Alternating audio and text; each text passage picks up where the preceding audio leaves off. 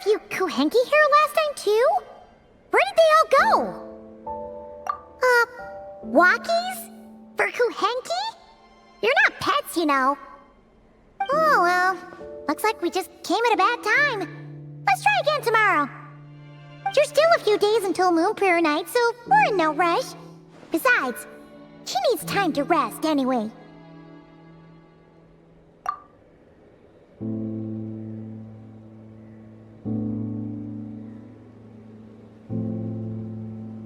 Kalamina! Are you back yet?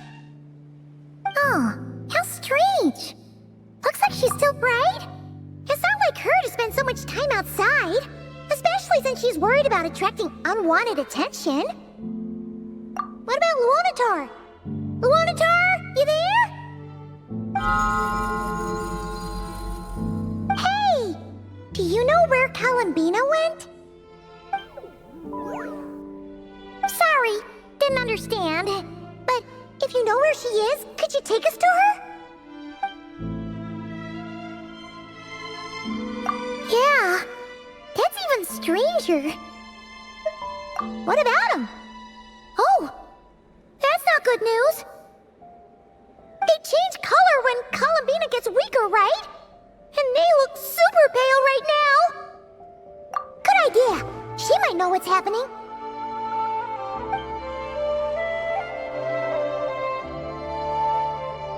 Mama!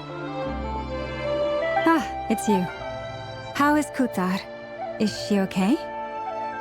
No, she hasn't. I came here to check on her after I noticed the flowers had changed color. Based on past precedent, she must be very weak right now. Even getting up to walk would be a struggle. It seems unlikely that she wandered off outside. Not to mention that she doesn't do that at the best of times either. So yeah, this is super weird. No. Very few people are in the know about Kutar's whereabouts. And if anyone suspicious had visited, they'd have left Come on. Let's go to Nasha Town. If anyone has seen her, someone there will know about it. It's Nod-Krai's information hub after all. Makes sense. Let's go!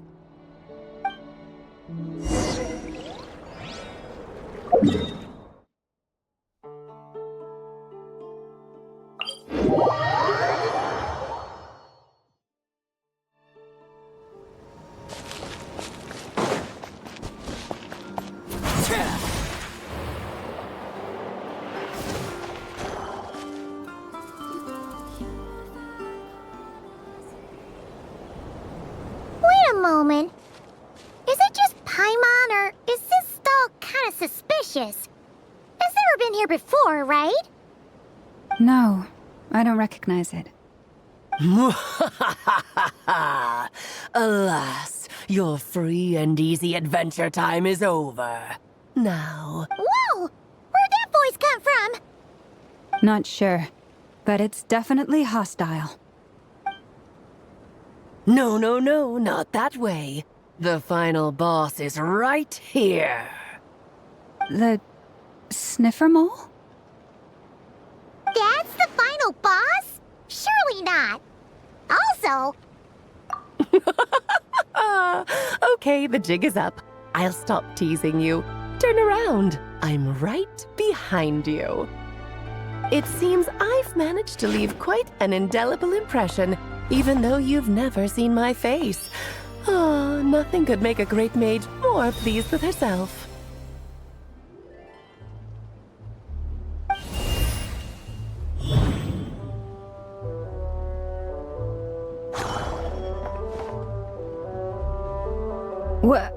What is going on? I've heard that all the big shots in Teyvat have long, wordy titles that stun people speechless when they make their entrance. Unfortunately, none of them are affiliated with the Hexen Circle, and we ourselves keep a very low profile. The notorious name-dropping doesn't quite work for us. Still, I, for one, think I'm really quite amazing. So that didn't stop me from coming up with a title anyway. Alice!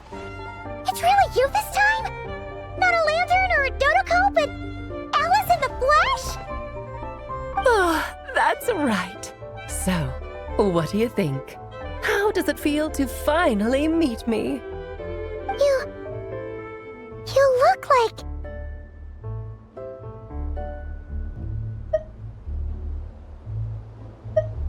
Oh, that's the first thing you thought. A little surprising, but that actually makes me very happy. Because that means that when Klee grows up, she'll be just as stunningly beautiful as her mother. So she's a friend of yours? Kind of. This is actually the first time we've seen her in person. I see. Madam Mage, that was, quite a powerful entrance. I certainly won't— It's okay, Lauma, don't force it. Paimon will do the honors. This is Alice from the Hexen Circle. She's a friend of ours. And of Arcus, too. That's right. She's a good person, just kinda... unpredictable. Well, what is the human heart if not unpredictable? If we could not do as we please, how would we differ from machines? I am Lauma, Moon Chanter of the Frost Moon Scions. It is a pleasure to meet you. Oh, I know. Before you got here, I spent a good, 15 minutes getting up to speed on Nod-Krai's present situation. In other words, I've read the whole "in the last episode" part, so we can skip the pleasantries. Fair enough. Well, Miss Alice, I can already tell that you have quite a unique personality. You'll get used to it. Paimon sure is. So anyway, what are you doing in Nod-Krai, Alice? Oh, I thought I told you already.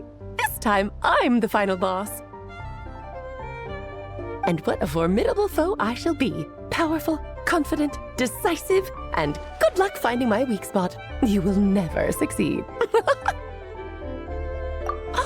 Oh, drat! My one weakness, and you found it in an instant. Fate has been dealt a devastating blow. Thus falls the great Dodo King. Why are you playing along with this nonsense? For funsies, of course. What's wrong, Paimon? Are you disappointed in me? Am I a gigantic letdown? No, it's just... you seem like a busy lady. And this is the one time you've shown up in person. Paimon figured it would be for something more high stakes than just goofing around. You're quite right.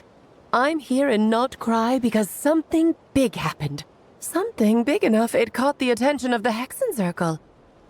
It concerns the 3 moons, Tevat's borders, and of course, the moon goddess you are currently searching for. Kind of. Why don't we discuss this over a pot of tea? My main reason for coming on this trip to Tevat was, of course, to have some fun. But I do technically have a job to do as well, namely, maintaining the stability of Tevat's borders. I'll skip over the complicated parts, but to sum it up, abyssal energies are all that lie beyond Tevat's border. We'd find ourselves in a real pickle if they ever made it through. And the phantoms you've been seeing are a sign that the border has been disturbed. No wonder they tend to show up around Moon Prayer Night. Is it because the real moon is now so close to us that its power can cross the border? In part, but only a negligible amount passes through. Just enough to influence the verdant crests and so on. And as you've noticed, there has been an unprecedented number of phantoms appearing this year. The influence of the moon beyond the border cannot explain this. No, there is another far greater factor at play. The trilunar syzygy. A trilunar syzygy. Eons ago, before the heavenly principles came to Tevat, it was the then 3 moon goddesses who controlled the laws of this world. Oh, that's exactly it! The 3 goddesses split these powers amongst themselves, promising never to consolidate them into one singular body. This was meant to keep the world stable. But fast forwarding to the present, the eternal moon's marrow is with you, while the iridescent moon's marrow, which should never have appeared in this world, has been retrieved. Add that to the presence of a moon goddess in the flesh and... the power of all three moons is gathered here in Nod-Krai. There hasn't been an event like this since the War of Funerary Flame. And it's having a noticeable effect on Tevat's borders. Because I wish to give my darling daughter a peaceful, sunny environment to grow up in. Is that a good enough reason? Kinda sounds like you're dodging the question, but it does make sense. Well, that's one reason anyway, and the most important one. The others are a little complicated to explain. For instance, cleaning up after dearest Miss R. Albedo could tell you more about that if you're curious, but right now, I have a more important question to ask you. Why are you collecting the moon marrows? I see. Nicole told me about that legend once. Nicole? You mean Mage Anne? Oh, so you remember. Yes, of course. That was a story about fate, her area of expertise. But back to the story of our dear moon goddess. I'm afraid her intended method of returning to the moon is unlikely to work anymore. What does that mean? She may be missing, but she hasn't gone anywhere. She has disappeared.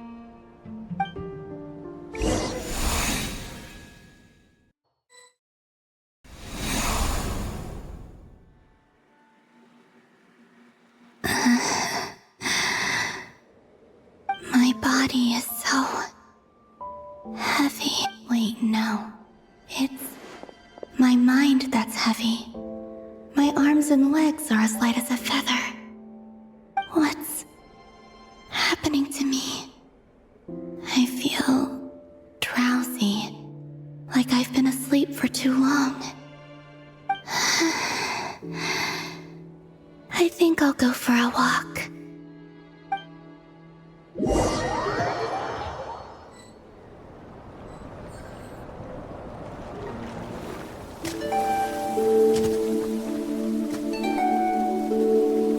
Are you out for a walk too?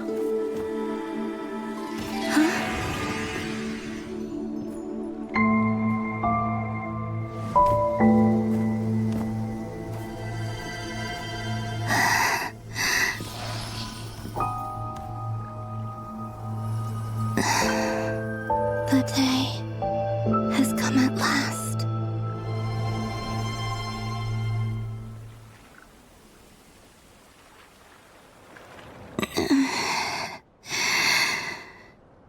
Have I grown so weak that I can't even sustain my physical form? But Moon Prayer Night is nearly here. I was so close to returning home. Death is near. Is this how it ends for me? Will I return to the moon after I disappear? Or...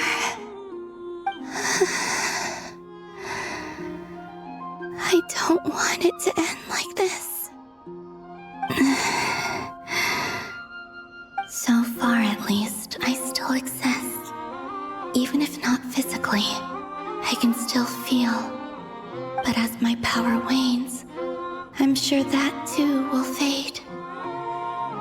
I suppose I might take one final look at this world.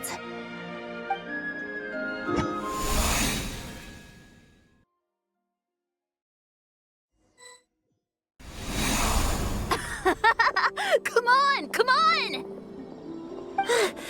Wait for me! The Frost Moon Enclave. How much it has changed since I was born. These decorations, they're so heavy. It's times like this when you kind of wish men could be priestesses and acolytes. How fascinating. I've never had the chance to be privy to people's private lives in this way. In the past, people would get so solemn and serious the moment I showed my face, like they were frozen stiff. Karina, Lametti, it's time to eat. Coming! I want to watch them a little longer.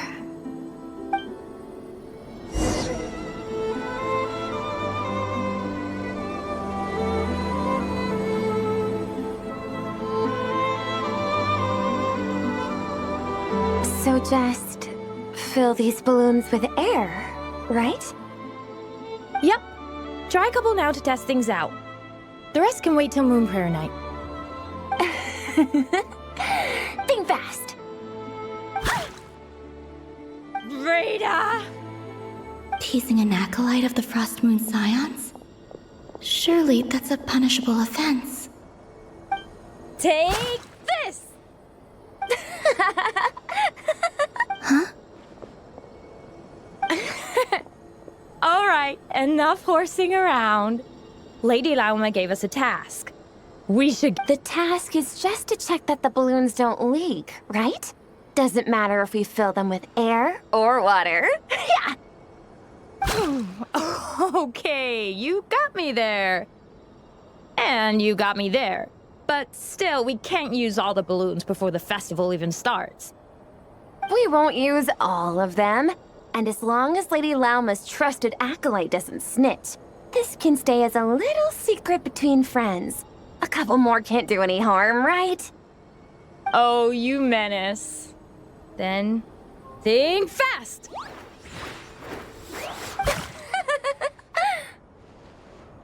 Is pumping a balloon full of water really so much fun?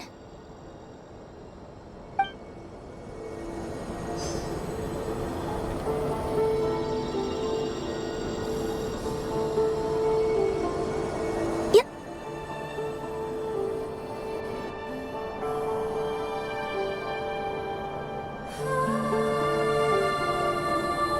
I'm sure you're both tired from playing all day. Come on, eat up. A plain, humble meal. That has always been the way of the Frost Moon Scions. Huh? How come Lametti got a midsummer berry dessert? Oh, I always get Lockaberry. I don't mind sharing. You can have a bite of mine if I get to have a bite of yours. They're sharing food? I've never shared food with anyone before.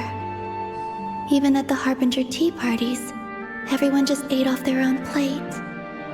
And when I couldn't finish my food offerings from the Frost Moon Scions, they'd leave the leftovers out under the moonlight for the animals to claim. Hey! That was 2 bites! Oh, then you can have another bite of mine. Oh, you too. Oh, don't fret now. Here, have some of Granny's too. So this is what it means to be family.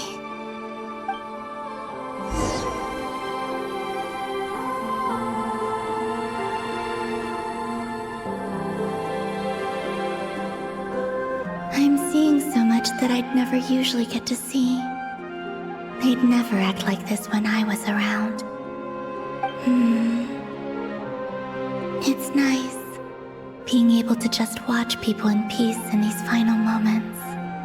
What a rare opportunity. I think I'll go take a look around Nasha Town, too. Maybe the Traveler will be there.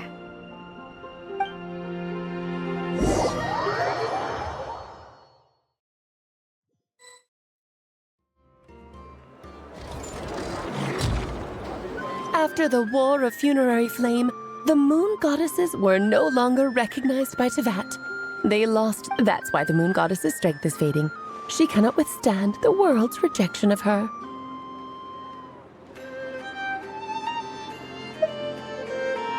To be more pedantic about it, the Moon Goddesses did something to offend the Heavenly Principles, and that's why they were ousted.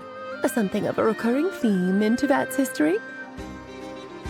Theoretically, speaking so candidly should put me in their crosshairs too, but they can't tell me what to do.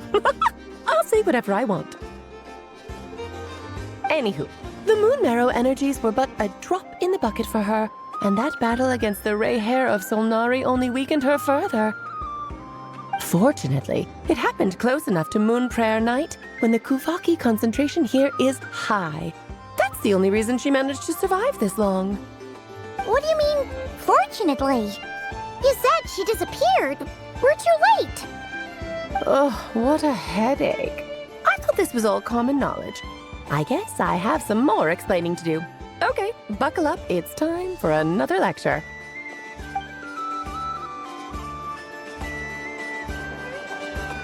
Now, I said earlier that the moon goddesses lost the foundation for their existence. The reason for that has to do with the natural order. Basically, the rationale for their existence in Teyvat was lost. The same logic applies to the present moon goddess too. Consider her existence so far. Her comrades in the Fatui called her Damselette. And she was worshipped as Kutar by the Frost Moon Scions. But these connections have now been severed, whether by her hand or yours. So, the rationale that once sustained her existence is now gone. Wait, we did that to her? Oh, well, strictly speaking, yes. But let's not start pointing fingers, shall we? I'll only end up as the big bad villain, and that's not the kind of final boss I want to be.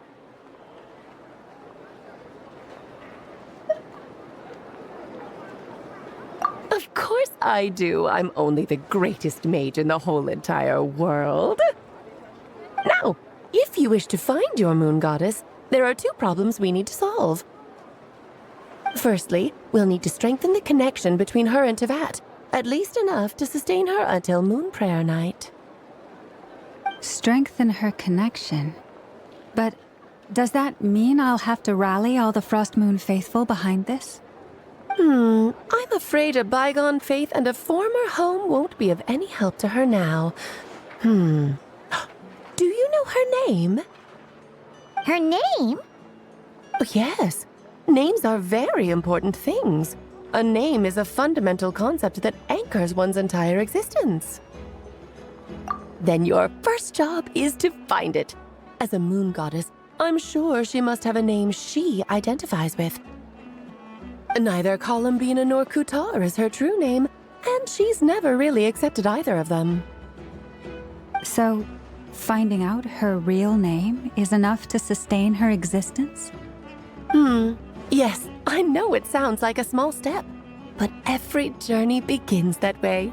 So for now, that's all we need to focus on. The second problem is with her plan to use the moon marrows to return to the moon. Unfortunately, piercing through the false sky will take an enormous amount of power.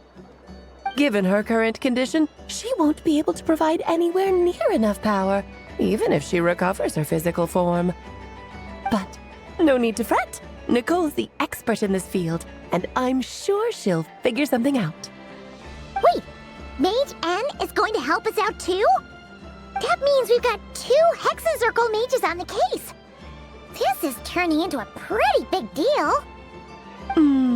Actually, this is more of a side quest for me. Like you said, I'm a busy lady, so I can't stay for too long. I'll have to return to Teyvat's border soon. That's the upside you get for looking out for my little Klee. Hopefully that will incentivize you to carry on keeping her company in the future. Anyway, jokes aside, you'd better get moving. It will take quite a miracle for the moon goddess's consciousness to hold out till Moon Prayer Night. Oh, I suppose I might as well tell you where Nicole is before I leave. Off you go now. Time to meet your new friend. Oh, yes, and a little suggestion. Don't forget to mind your heads. What? I wonder how Durin's doing. I should really go see him before I head back. You really are super busy. I most certainly am. There's so many children I have to keep tabs on just in Mondstadt. Durin, Albedo, Venti, Varka. Klee didn't make the list, huh? Of course not. Klee is my pride and joy. I have no qualms about her, because she's the best child in the whole wide world.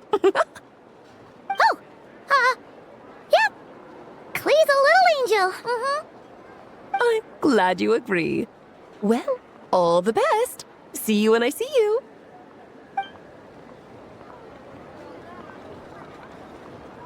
She left in a hurry. Yeah, she didn't pack up her stall. Should we handle it for her? I must say, I'm now very curious about her daughter. Klee, wasn't it? That's a long story. Come on, we'll fill you in as we go.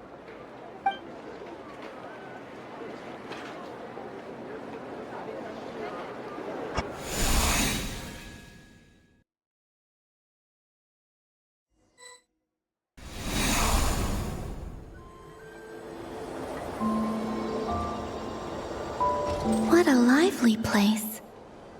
I've never experienced Nasha Town like this before. Hey, you old geezer! Your hammer's rusted through!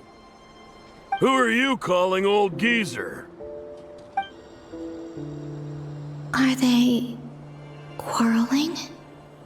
I'm looking right at him! You've really gone downhill since giving your daughter free rein in the workshop. Can you even swing a hammer anymore? It shouldn't take you days just to fix a single chair!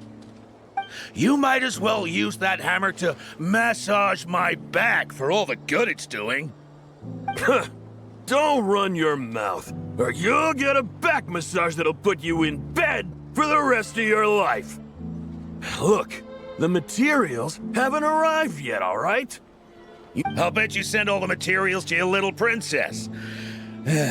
Blood's always thicker than water, huh?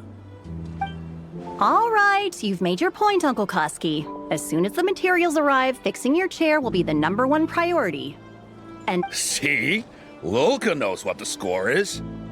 I guess they're friends. But the way they spoke to each other was so ugly. Then again, it wouldn't be the first time I've seen something like this. Columbina! Sing outside my door in the middle of the night one more time, and I'll unscrew your vocal cords. You hear me?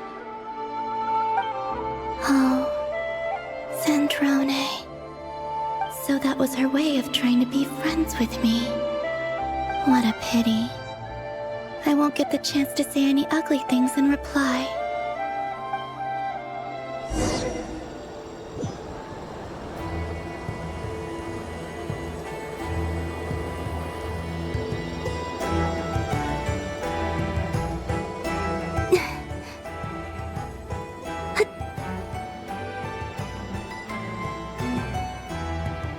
Hey, have you decided what to give her for Moon Prayer Night? I sure have. She's gonna get the surprise of her life when she's least expecting it. Then I'll whip out the ring and pop the question. The surprise of her life. What a fun turn of phrase. Cool, I get the picture. You can spare me the gushy details. Ooh, looks like we have a customer. Hello there, ma'am. Would you like some Moon Prayer Night candy? Huh? Is he talking to me? Can he see me? Here you go. Oh. Come back anytime. Right. Now, where were we? I don't know why, but I still held out hope.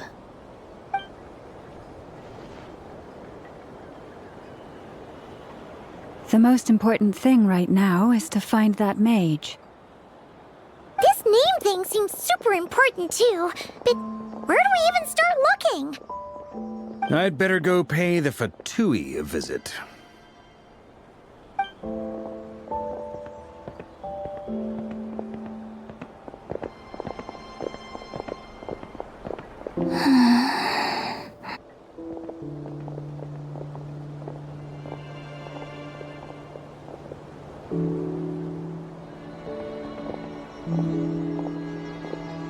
Columbina?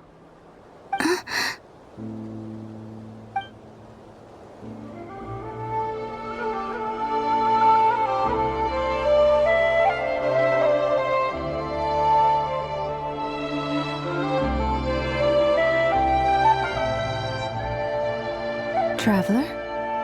Let's go! This is no time to be spacing out!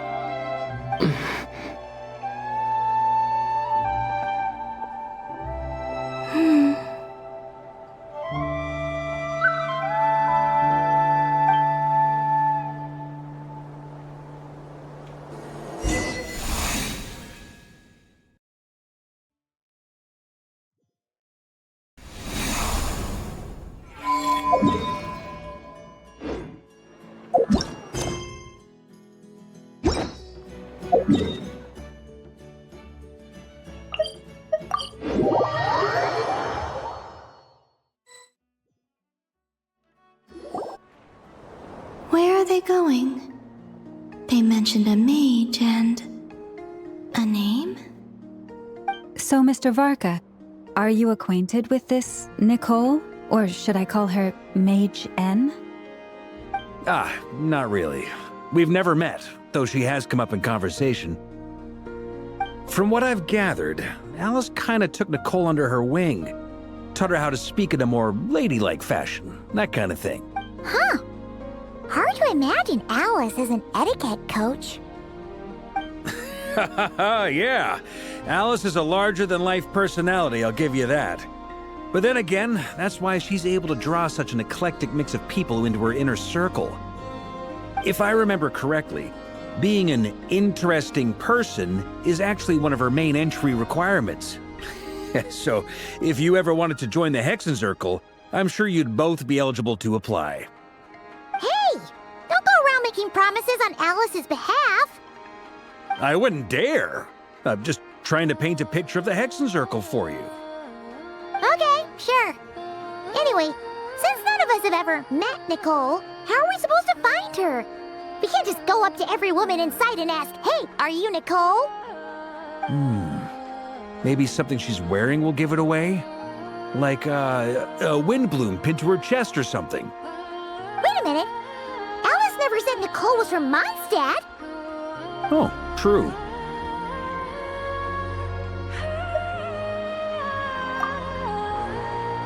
That would be... this young lady, then?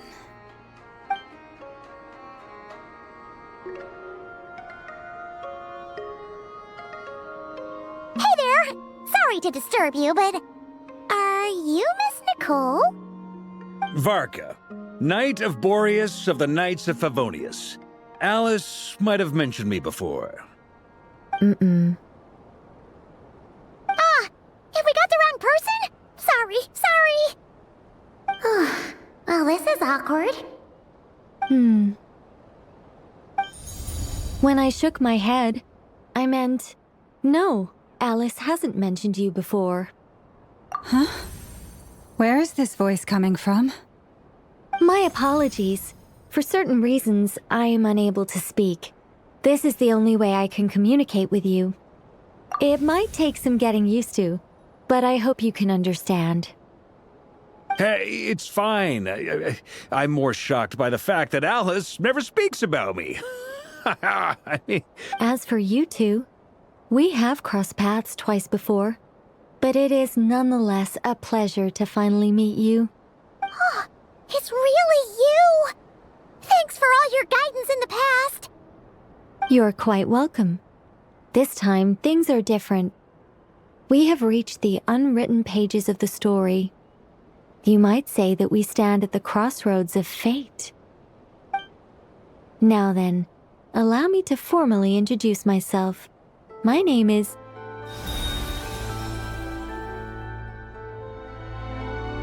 No, stop! Alice! I can't believe it! I had a whole speech prepared. I'd agonized over every single word. She always picks the worst moments to ruin other people's plans. I'm so sorry about that. Alice took the liberty of devising some bespoke self-introduction magic for each member of the Hexenzirkel. But I could have sworn I deleted all of the triggering conditions for it. How did it bypass everything? Oh gosh, this is so embarrassing. This is a very different side of Nicole than what we're used to. Is she not used to face-to-face interactions? Don't worry about it. We've seen that introduction magic once already, so it wasn't too much of a shock. Please go on, Miss Nicole. We'd love to hear what you have to say, or, well, communicate. Huh? Are they talking to this lady? But... Will you all promise to forget that horrendously embarrassing introduction? Sorry? Embarrassing? When?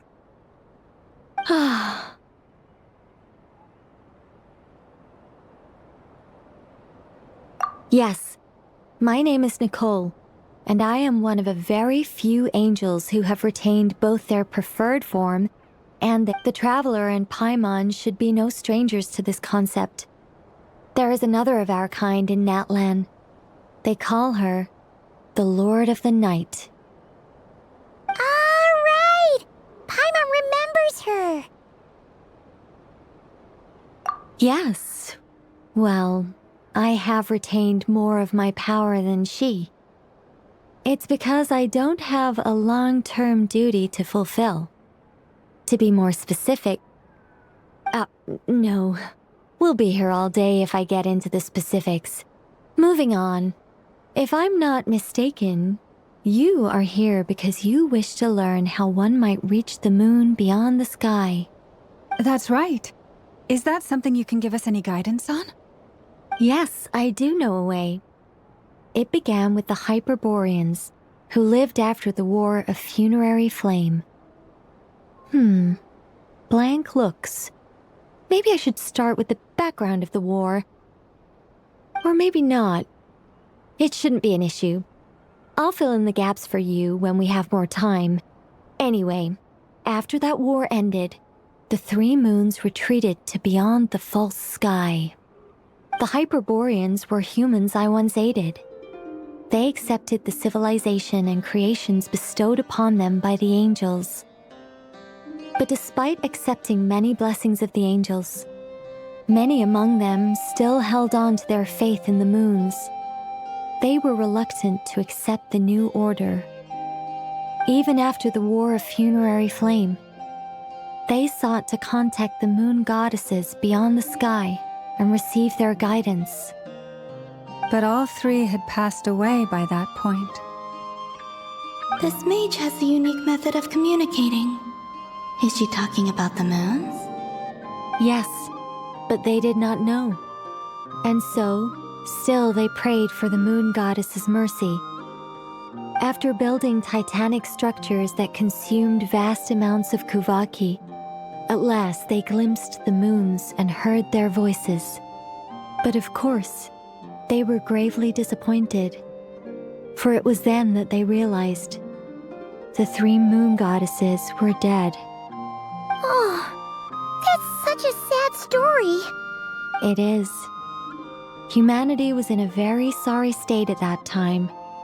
The angels who had once aided them were gone, and the War of Funerary Flames had left them homeless and destitute. Just a second, I gotta ask. How relevant is all this history to the task at hand? Well, I mean, it's... Okay, it seems we've drifted into irrelevant narrative waters.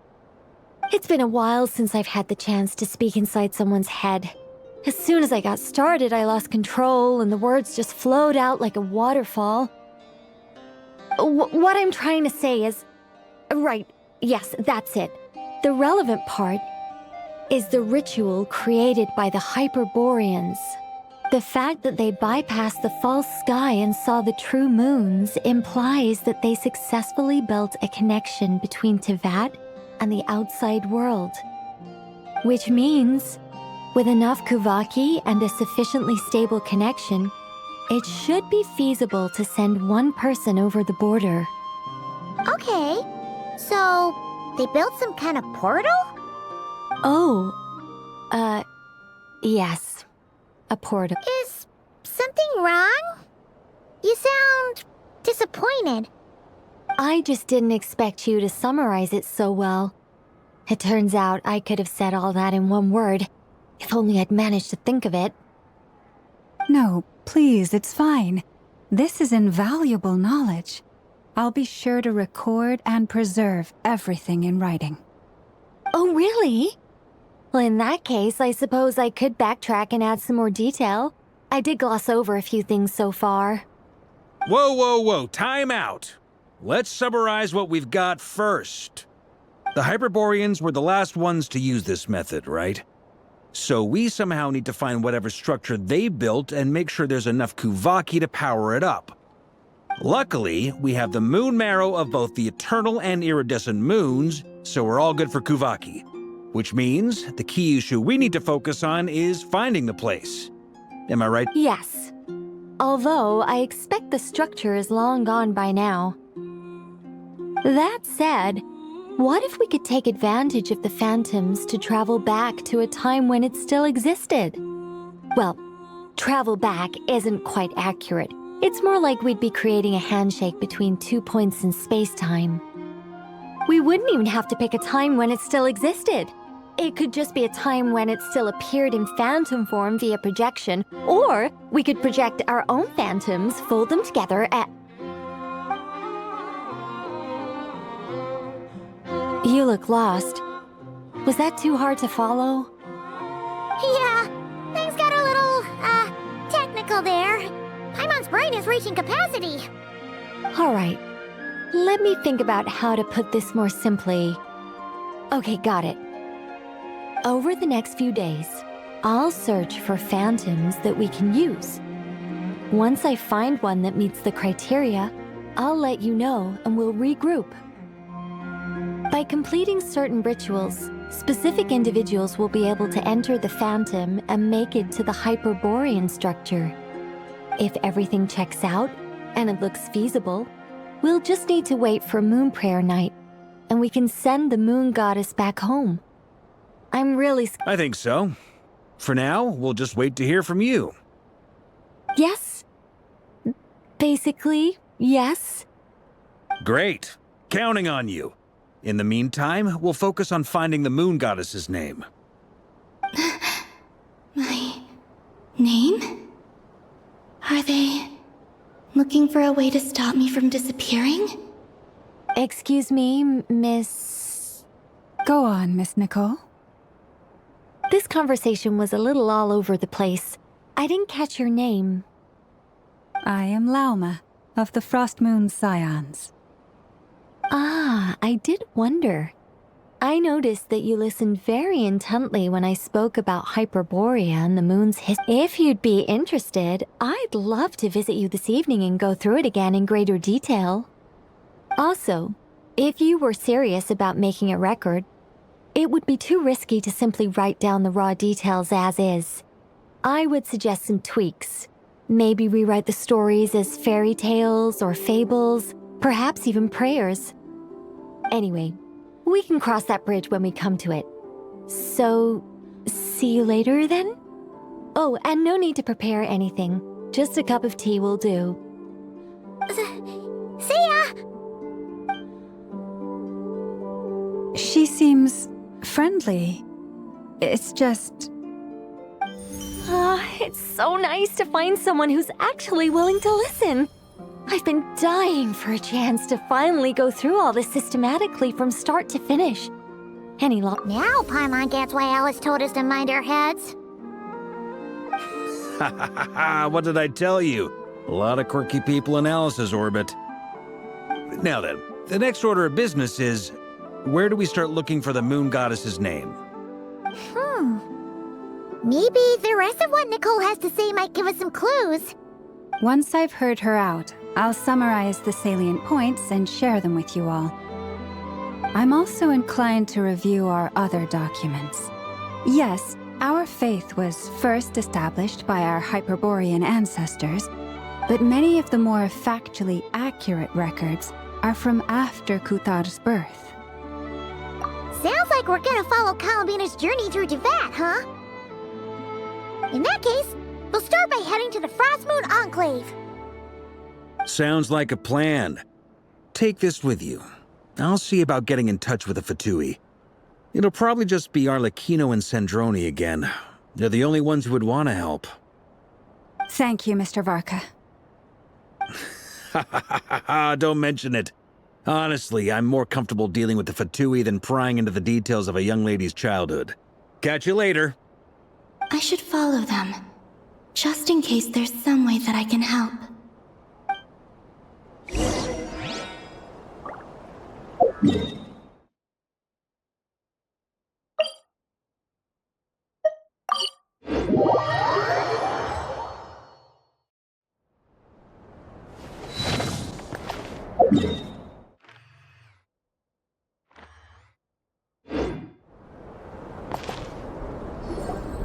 A while ago, I took the time to organize all documents in our possession that pertain to Kutar. What you You're saying there's unreliable material too? Yes. Most of the information we have was transmitted through an oral tradition. Inevitably, some of her stories were mythologized and deified over the years through countless retellings. There's no sense seeking answers in history unless we can ensure the veracity of the historical record. Makes sense. All right, let's take a look through.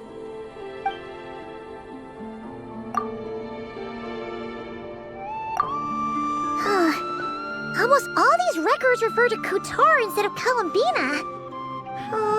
Although neither of those is her real name. What we can gather from these records is that the Frost Moon Scions worshipped her as a god, placing impossible expectations upon her. I cannot fault them for their earnest faith, but for all their devotion, worshipping her day in, day out changed nothing. I imagine that none of it resonated with Columbina.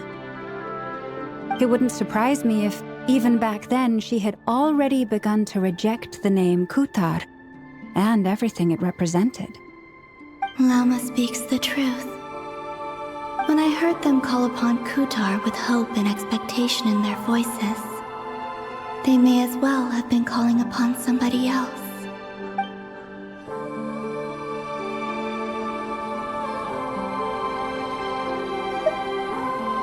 Well, that's a bit complicated. I looked at the level of detail, perceived authenticity, prose style, and how realistic their portrayal of Kutar seemed to be. Amongst the Frost Moon Scions of today, only I know of her existence, and I alone have spoken to her face to face. As such, I know that there are certain things she simply would never do. That being said, I have sensed some changes in her lately. Changes? Me? Seems like this is getting us nowhere. For what it's worth, why don't we check the unreliable sources too? Sure. Give me a moment.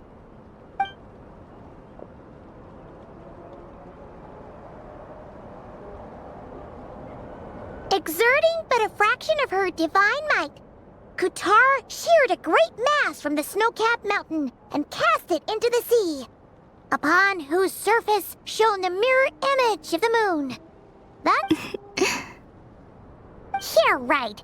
That doesn't even begin to pass the sniff test. The 3 moons are not but lies through and through. Only one moon has ever shone for us, and Kutar is her name. The vast majority of ancient texts are filled with fanciful tales like these. I trust you understand my criteria a little better now. Kutar did not speak, merely gazing into the distance in silence. And where her gaze landed, this was her prophecy. Clearly, whoever wrote this text never even met Kutar. Otherwise, they'd know that her eyes are always closed. What about you, Traveler? What are you reading? Come on, let Paimon see. The child wished to build a wooden nest with which to shield a fledgling bird from the cold. But being so young and lacking in strength, the child could not snap the branches from the trees. Kutar was passing by. Upon seeing the child, she summoned forth the Kuhenki, who built a... I remember that. Not knowing the meaning of Kutar's divine intervention, the child dared not to respond, and thus ran home to call their parents. But Kutar was gone. The moon chanter declared the event a miracle and took the nest as a relic, placing it on high for all to see. The child was named as one favored by the goddess and was greatly respected amongst the people. Yet, no further miracles were bestowed, and this matter was forgotten in but a few years. Huh. Any thoughts after reading that? Yeah. Columbina probably just wanted to join the kid in making nests. Ah. I had originally considered this a fabrication, because Kuthar did not perform any similar actions in subsequent records. But now that I think about it, it does seem like something Columbina would do. She didn't know how other people would interpret her actions. She was probably worried about making things difficult for people. So, she gradually stopped joining in. Yes. Oh, that's so sad.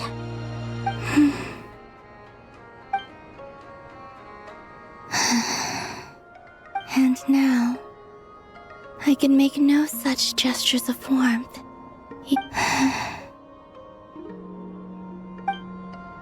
Still no name. That's a bit of a shame. But we did learn some interesting stories. That's gotta count for something. Barca said he was gonna set up a meeting with Arlecchino and Centroni, right?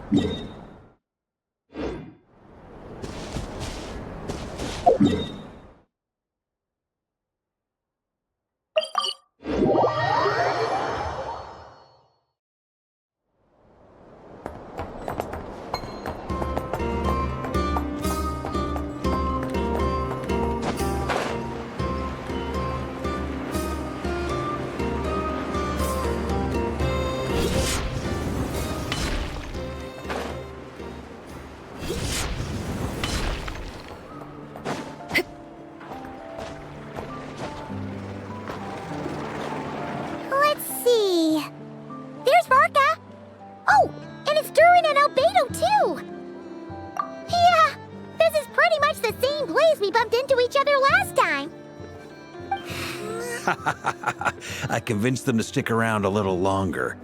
We were all waiting on people, so I figured having a little company would help pass the time. Ah, so you've been waiting for us?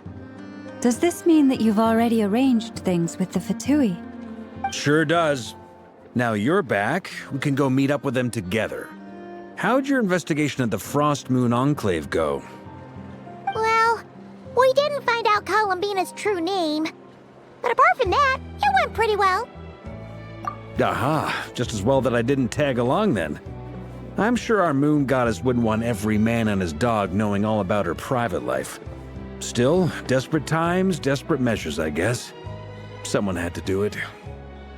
So, Varka was waiting on us, but what about you two? Are you waiting for Alice? Oh no, we already met with her. We discussed that experiment I mentioned to you last time. Oh, and she also handed me this communication device.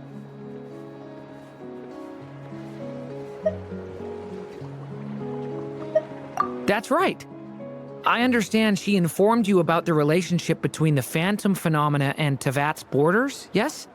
She wants me to help her with some more experiments on that front. She said that she'll contact me through this device with more information. Ah, I see. Following instructions and making observations. Pretty common research method. Wait, then who exactly are you meeting? Someone you know. Albedo's met him too. But I don't think Miss Lauma or the Grand Master have been introduced. Introductions are overrated, especially in cases like this. It's you! So? It's not like the Academia has prohibitions against going abroad. Also, I applied for leave. I've been writing to Hat Guy since obtaining a human form. I've already brought him up to speed on everything that's been going on in Nod-Krai. Hat Guy? Turns out, I actually have heard that name before. Oh? Then why did you react the same way I did? I only knew the name, not the fella. But since we're all here, let's do some introductions for what it's worth. I'm Varka, Grand Master of the Knights of Favonius. Lauma, Moon Chanter of the Frost Moon Scions. And I'm a Drioche from the Vahumana Darshan of the Sumero Academia. Hat guy. Good to see you again, Mr. Guy. I believe we last saw each other on the boat ride here.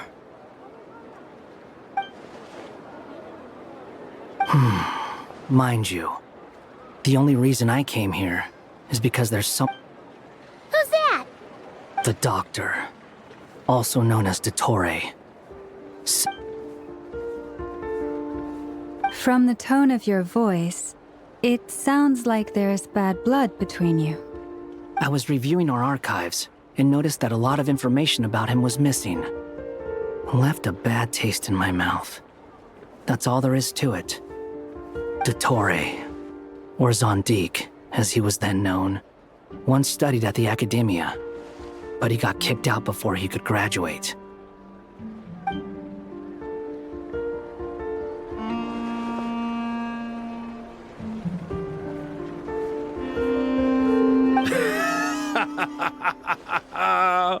So the Harbinger's #2 man is a college dropout? Last we heard, he was planning something. We actually heard that a few times before, even coming to Nod-Krai, but we haven't seen a trace of him since we got here. He only appears when something interests him. For all we know, he might have left already. But the fact he did something here at all is worth noting. It'll fill a couple extra lines in his file. Why does it sound less like a file you're writing and more like a criminal record? Anyway, we were just about to meet 2 of the other Harbingers. Want to come along? You might learn a thing or two about him there. Sure. Even though they're Harbingers, well, they're old acquaintances of ours, so, you know, when you talk to them, try to be... I got it. The Frost Moon Scions' relations with the Fatui remain tense. Forgive me if I do not attend. In that case, we'll continue assisting Miss Alice with her experiments. Good stuff. Everyone's having a fruitful time. All right, we better get going. I'll lead the way.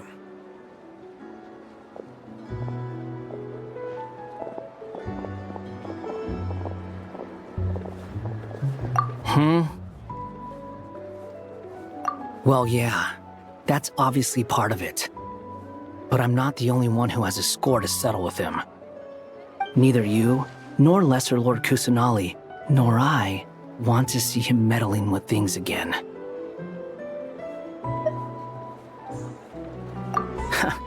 What's the hurry? Don't worry. Pigeons always know which way home is.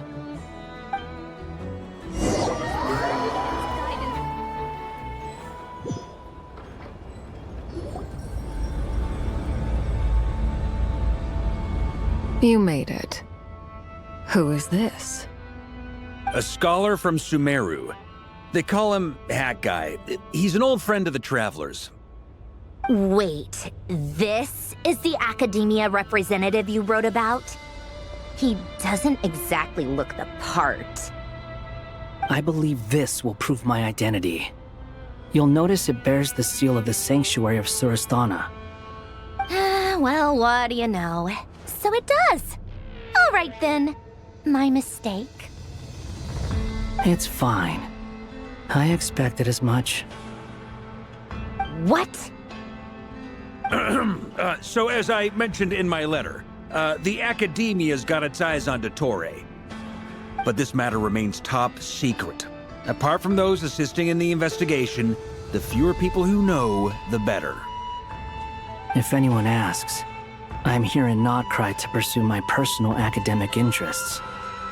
Gotta say, Varka, you did pretty well to keep all this under wraps for so long.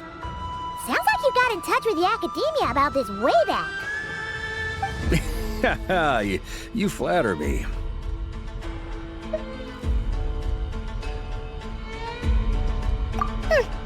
Where do I even start? Remember that time we fought Rerir at Star Sand Shoal? He sure let me have it then, didn't he? I'll bet Dottore had that all sketched out, with me as his convenient little pawn. He could not care less about us if he tried, but hey! The feeling's mutual. Does Dottore really strike you as the sort who values his relationships with his colleagues? Fair point. Definitely not. Which is why I always keep my guard up whenever he starts making suspicious moves. To that extent, our motivations align. On top of which, I consider you trustworthy people. Now, back on topic. In the wake of the Reikir of Solnari episode, Sandrone and I grew suspicious about Dottore's complete inaction during the entire affair.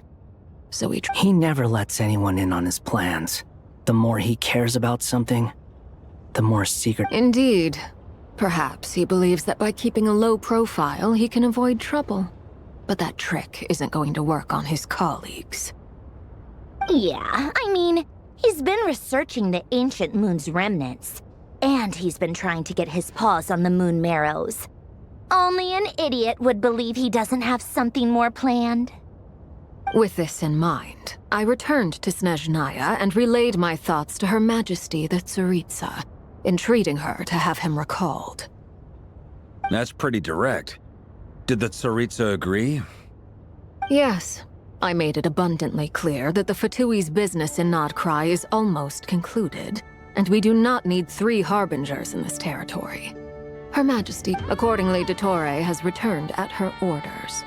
I imagine he is continuing with experiments, which no one besides he would ever have any interest in. Common sense might mean nothing to him, but he's not stupid. He knows that no good can come from opposing the Tsaritsa. Smarts alone won't get him all the way. He needs the Rooster's resources and Regrator's Mora, both of which the Tsaritsa can strip from him by waggling a finger. But doesn't he have a track record of publicly following orders while going against them in private? He probably has it down to a fine art by now. Wouldn't put it past him.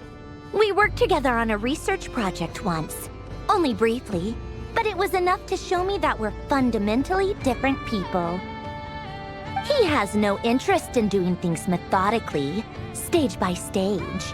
His thoughts jump all over the place, and the moment his curiosity is satisfied, or he gets the results he wants, he disappears. The only similarity we share is that, once we set our minds on doing something, we will see it done, whatever it takes.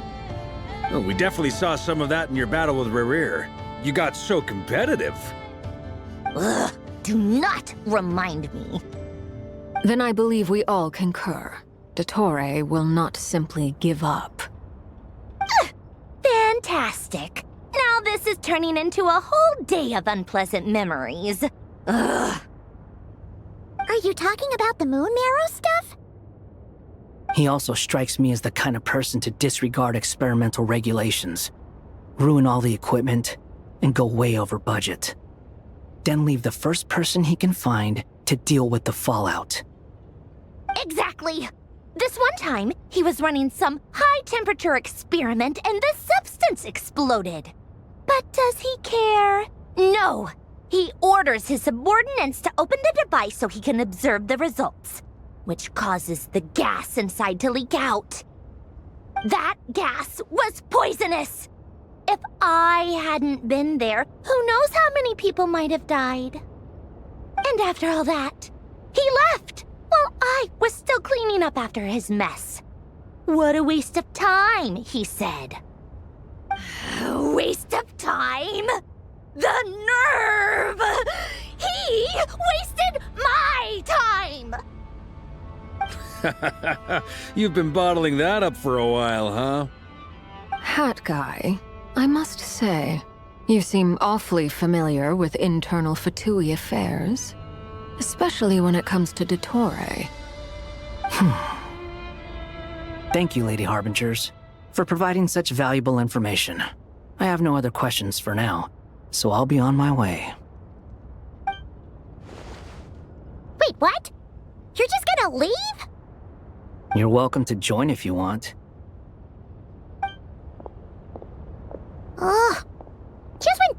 thought he'd finally mellowed out. He makes quite the impression. I'll say. I've met tons of headstrong people, but not many of them would join me in bad-mouthing Dottore. Anyway, back to the main agenda. Barca, you said that Columbina has gone missing? Or rather, disappeared. Yeah. We're working on building a connection between her and this world. The simplest method is to find out her real name. I've actually asked her that question before, but she said she didn't know. Considering our relationship, I doubt she was lying to me.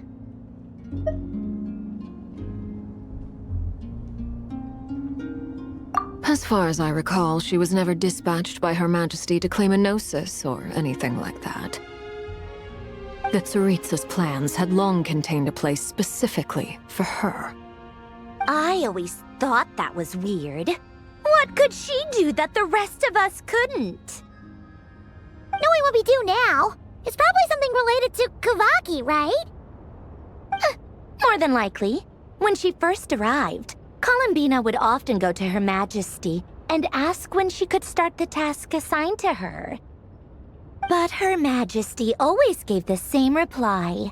The time has not yet come. So she spent her days in Snezhnaya doing basically nothing.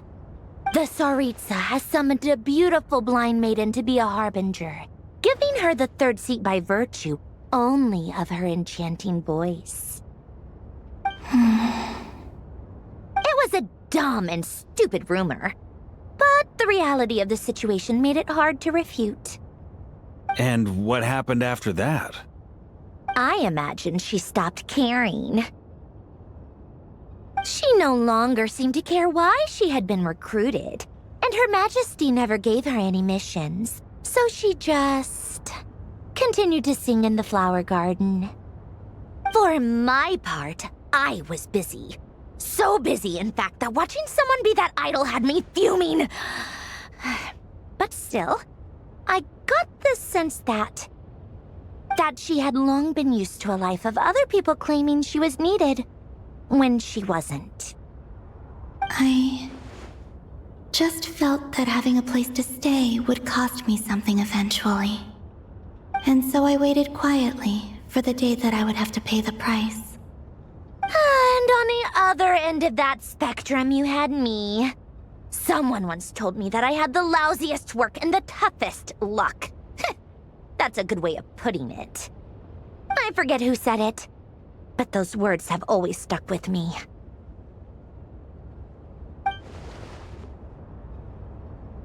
But you've done your job exceptionally well all this time. Because at heart, you are a Kanshi. What is it? Something come to mind?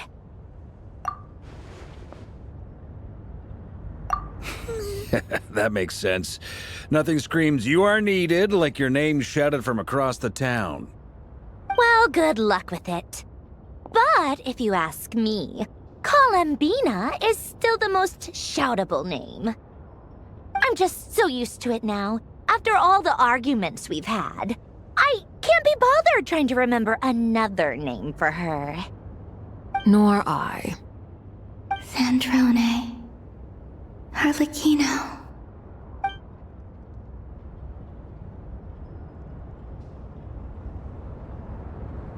Huh! It's a Sealy! Does that mean Nicole has news for us? Ladies, I thank you for your hospitality. If the chance ever comes up, I definitely owe you both a drink sometime. I'm sure it will. You can make your own way out. Heck, you've been here enough times, you probably know your way around better than I do. Okay! Time to do what adventurers do best. Follow that Sealy!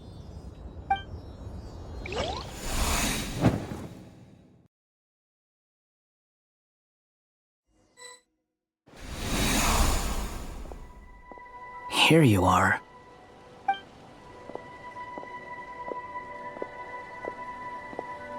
Oh, hat guy. How come you're back so soon? Did things go all right with the Fatui? Fine. Dottore's been summoned home by the Tsaritsa. couldn't get much more than that. How about you? Any progress with the investigation? Unfortunately not. We've tried everything. Different phantoms, different locations, different points in history, but... Abyssal monsters roaming the land. People crying out in despair, with no hope of being rescued.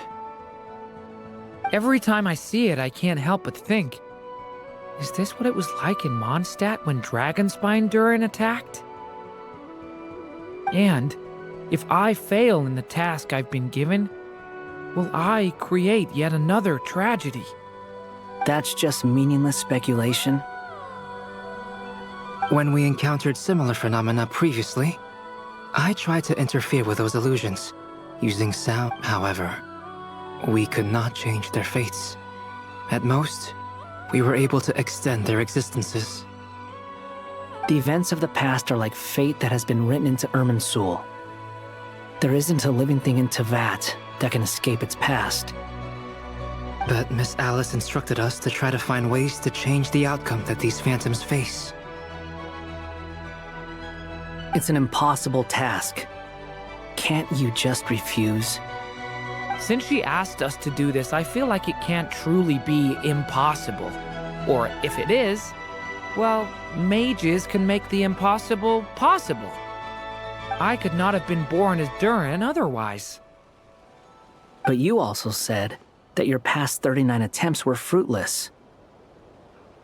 That's true. But you're still going. Yes. After this many futile attempts, surely you realize that you're not doing this because you still believe what some mage told you. It's because you want her hypothesis to come true. It's something you... So, think for yourself about what you want to do. As long as you don't believe it's futile, it isn't. Yeah. Previous experience indicates that we cannot touch the phantoms. If we want to clear this hurdle... Same thought here. Following the same rules means repeating the same failures. So you mean we need to figure out a way to make contact with them despite knowing that we can't? Yes, and I suspect that's something only you are capable of. Everything in Teyvat is logged in Irminsul, but the withering that once occurred in Sumeru was a sign that the Great World Tree was being corrupted. This corruption allowed things that should not have existed in Teyvat to appear. This is tantamount to rewriting reality to an extent. You're saying abyssal power might be able to affect those phantoms? No one's ever tried it before. If you're gonna try it, it'll take courage. And you have to... Is anyone there? Has anyone seen my daughter? She's missing. I have to find her. I hear someone inside. Spargana? Are you in there? If I can use my abyssal powers to warn him that there is danger here, maybe it'll change his decision. Maybe he'll stay away. Yes. The important thing is not the nature of the power, but rather how you use it. To intimidate and obstruct. Sounds about right for the Abyss. Let me try. I should be able to influence that thing. Have you seen a little girl? What? This isn't the time for that! Just run!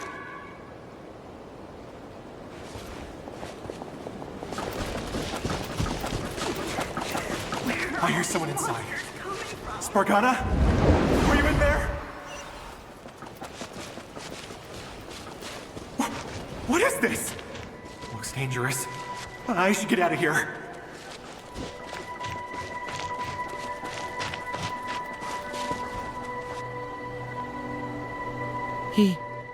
He really left. Ha! Don't celebrate too soon. Follow him. See what he does next.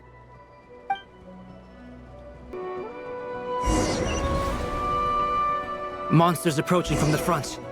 You need to stop them and create an opportunity for him to hide.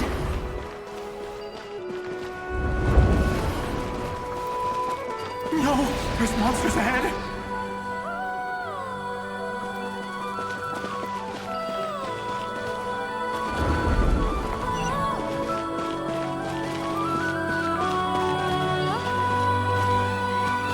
Wait, is that the barrier I saw earlier? Why is it appearing now? It's as if someone's controlling it.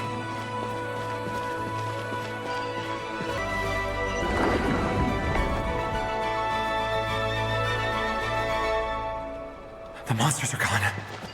Is it safe now?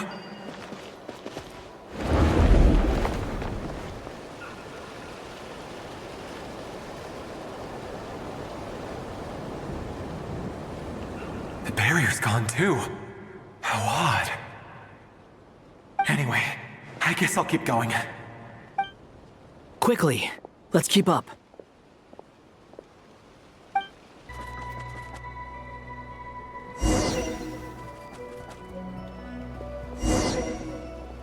Wait, there was someone else here? Don't go any further. We've got anti-monster traps laid out everywhere. But my daughter must just be up ahead. I have to go. This way's blocked.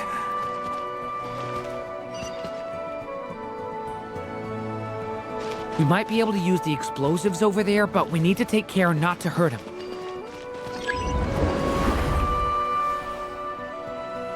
I'll use the barrier to keep him at a safe distance. This barrier seems to be helping me somehow.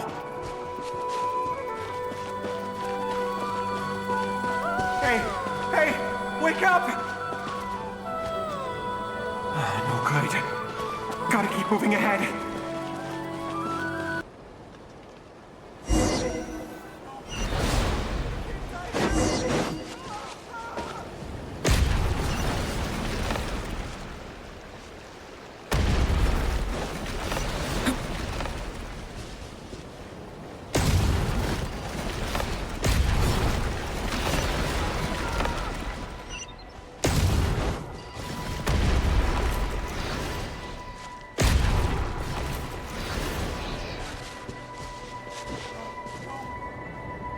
This is a new development. I've never seen this happen before. We might just be able to save this person.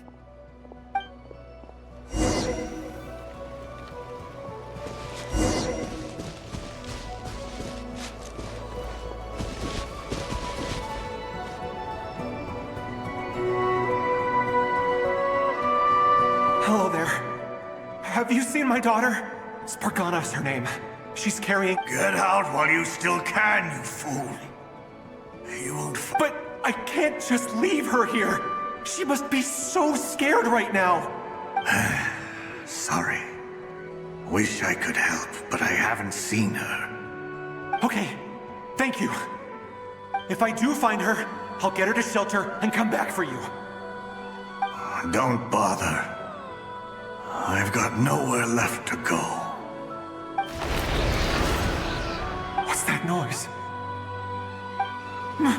Monster! No, if he goes inside, he'll be walking into a trap.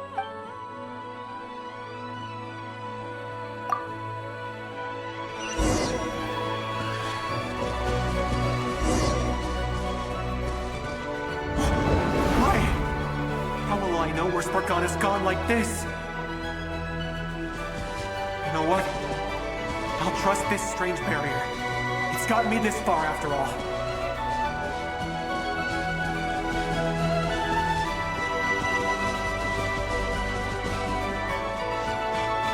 Spargana, are you there?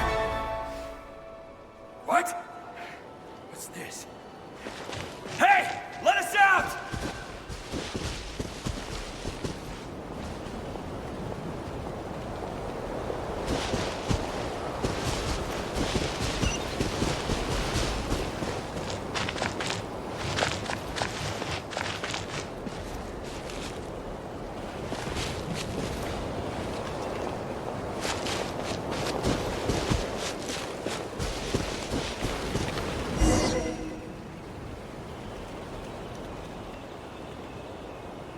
Huh? That looks like one of my daughter's books! Thank you. Thank you! Yes, it's one of hers for sure. That's her name on it right there. She left her backpack here. Durin, just like last time. Use the explosives.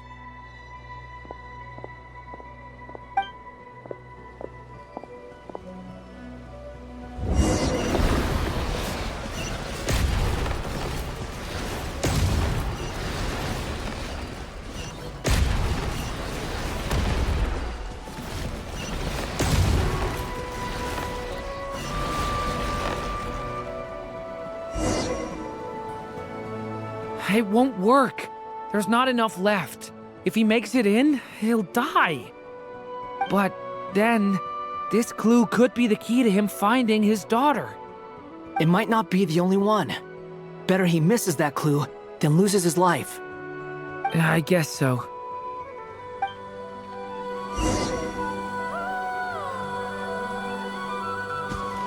Stop him, Durin. We can't let him get any further in. That's my daughter's book! She's passed this way!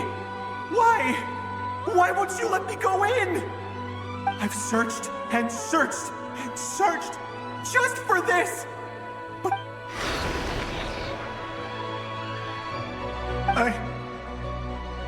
I no longer have anywhere else to go.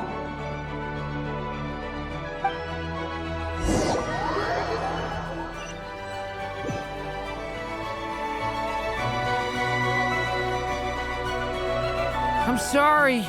I'm so sorry. He refuses to go anywhere else. Whether he opens this door or not, all that awaits him now is death. We couldn't change his fate. Albedo? Hat guy? Let's try one more time. I don't know how we're gonna do this, but I don't want to give up either.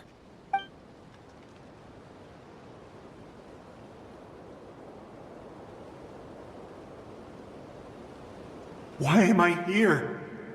What's going on? All these scenes running through my head. Huh? What's going on? His reactions have changed. How many times have I... What's happening to me? Huh? Wait. Who are you? You can see us now? I feel like I always could, but that I only just realized you were there. I'm sorry, I don't know how to describe what I'm feeling. But you were the ones guiding me using that marked barrier, right? I haven't done anything yet, but those monsters, those deaths, they feel like memories. Like things I really did experience. I won't find my daughter. In fact, I'll ultimately die trying to find her. What? No, it isn't. Yes, it is. Even so, we're trying to find a way out of this. You've not seen my daughter either, have you? It seems she really isn't here. I'm sorry we couldn't help you. I'm just... tired. Maybe this is destiny. Maybe it doesn't matter how hard I search. How long do I have left? Experience says 15 to 20 minutes. 15 to 20. Thank you for all your help. Let's rest a while. You look exhausted too. Now's not the time for you to start pitying us. It's not pity. I'm just realizing that I've only got 10 or so minutes left.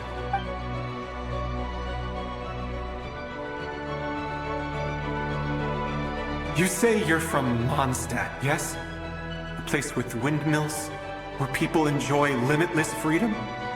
And you're from Sumeru, where they've built an academy into a giant tree? Yes. It seems you've never heard of either place. Those names are unknown to me, I'm afraid, yes. Have you heard of Hyperborea?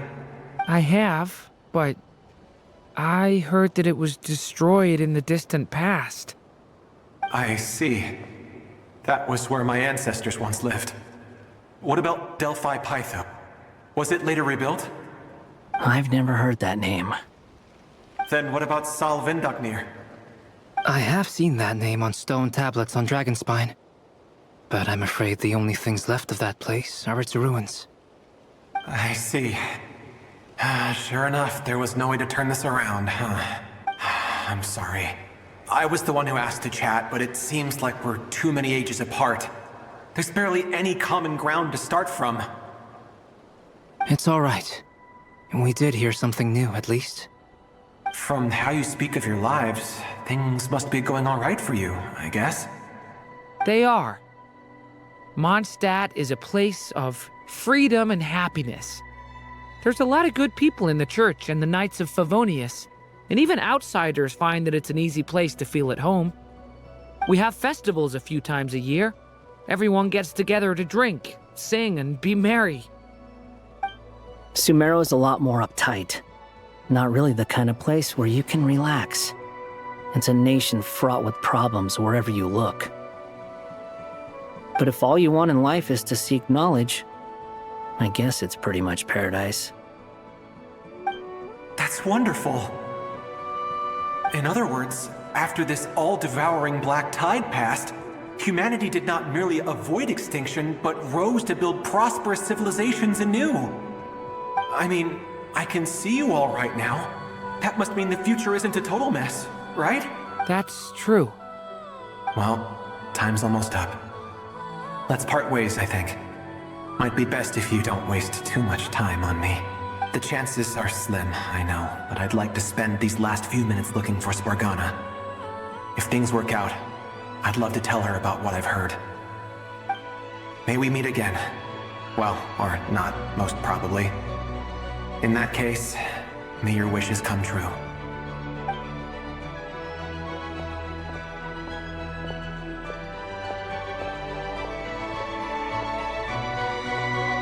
He's gone. In a few minutes, he will meet the end that was his to begin with. The ending of this tale did not change, but I believe that we've just made the most progress we have yet. May your wishes come true. If only it were so simple. Hat guy, could I ask you a question? You've never talked about your past. It seems complicated, and it weighs. Would you be willing to tell me about it? I mean, sometimes it's better to get things out in the open. Take that guy we try to help, for instance. At least he said goodbye with a smile, right? I know about Albedo's past. Our experiences are very similar, and he created me. As for you, you're my first friend, and you've witnessed every step I've taken. But by comparison, I know nothing about you. Either way, I mean, we're still best friends. But if I knew more about you, I might understand your thoughts a bit better. I've told you about myself. I'm a student at the academia. And what did you do before that? Prepared for the entrance exam? All right. If you really don't want to talk about it, I won't press you any further. I was a puppet built from the branches of a white tree, using technology left behind by the Conrian schools of mechanical engineering. A white tree? You mean an Irminsul tree? Yes, a branch of Irminsul that was once connected to the main tree. So you had a human creator too? Yeah, but my creator abandoned me after deciding that I was a failure. After that,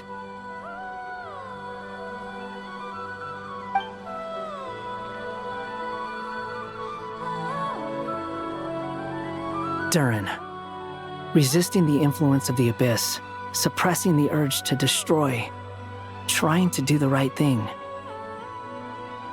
But no matter how hard they are, trying to rewrite past wrongs is far harder. You asked me if you would create a new tragedy if you failed. I told you there was no point speculating about that.